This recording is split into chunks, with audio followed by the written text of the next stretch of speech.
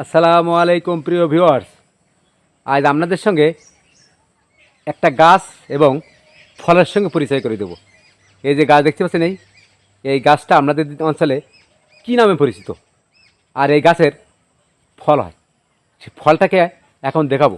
এবং এই ফলটাকে আপনারা কী নামে পরিচিত, আপনাদের অঞ্চলে আপনাদের আঞ্চলিক ভাষায় কী বলে, এটা অবশ্যই সবাই কমেন্টে জানাবেন।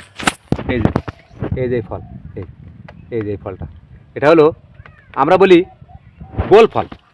গোলের পাতা থেকে হয়, মানে এই গোল পাতাটা হলো কি, ঘর খায় মানুষ।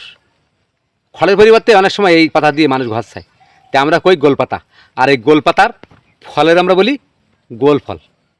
সেম ওই যে তাল, পাকা তাল আছে না, পাকা তাল মাজার পরে, মানে যে পাকা তাল যে মানে মাজার পরে যে আটিটা থাকে, সেম ওই আটির ভিতরে যে শ্বাস থাকে না, সেম এটার ভিতরে শ্বাস থাকে।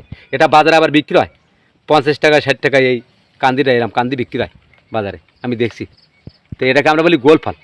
আর আপনাদের আঞ্চলিক ভাষায় এটাকে কী ফল বলে এবং এই গাছটাকে কী গাছ বলে, আপনারা অবশ্যই সবাই কমেন্ট করে জানাবেন। ধন্যবাদ।